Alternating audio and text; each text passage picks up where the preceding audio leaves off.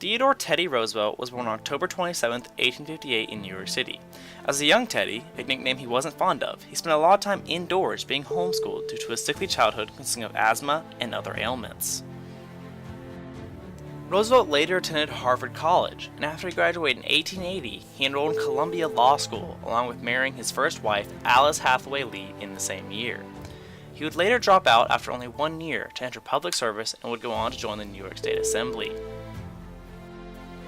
When his mom and wife passed away on February 14, 1884, Roosevelt planned to move away from politics and leave for Dakota territories for 2 short years as a cowboy and cattle rancher. In 1886, Roosevelt returned to politics when he was defeated for the New York mayorship position. With having a big interest in the Spanish-American War, Roosevelt left his government ties and began a group called the Rough Riders. It was a volunteer cavalry which led in the charge in the Battle of San Juan Heights in 1898. A war hero and nominated for the Medal of Honor, Roosevelt was elected governor of New York in 1898. As governor, he ran as vice president under William McKinley, in which they won, but McKinley was assassinated in 1901, which would cause Vice President Roosevelt to take his place. After assuming the presidency at the age of 42 in 1901, Teddy Roosevelt became the youngest man to become the U.S. president. As president, Roosevelt was dedicated to prosecuting monopolies under the Sherman Antitrust Act. This led to Roosevelt calling for a square deal.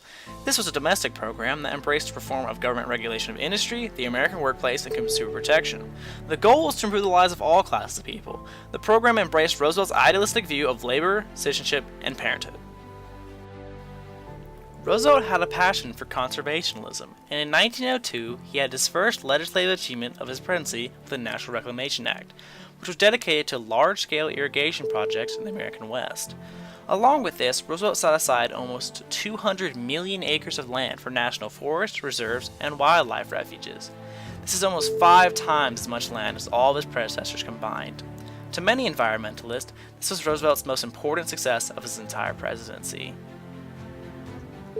Also during his presidency, Roosevelt believed that America deserved a spot on the world stage. In public relations, Roosevelt had a policy of speak softly and carry a big stick. This was the opposite of the old U.S. policy of isolation that had kept for so long.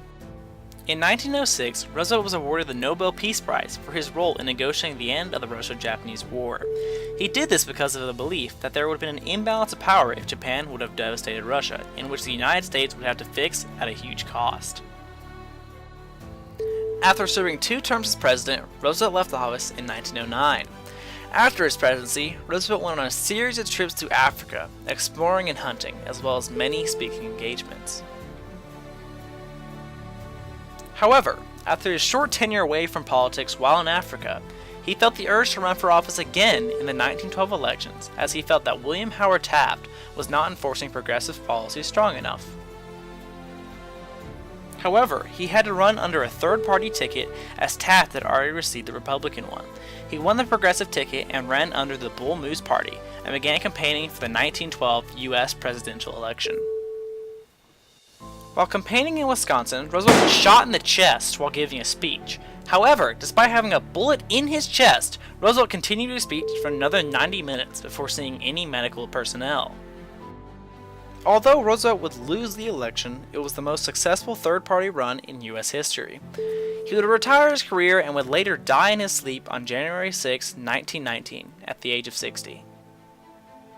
In conclusion, Teddy Roosevelt had a huge impact on how America was seen by the world, and he changed the lives of millions of Americans and the nature around them.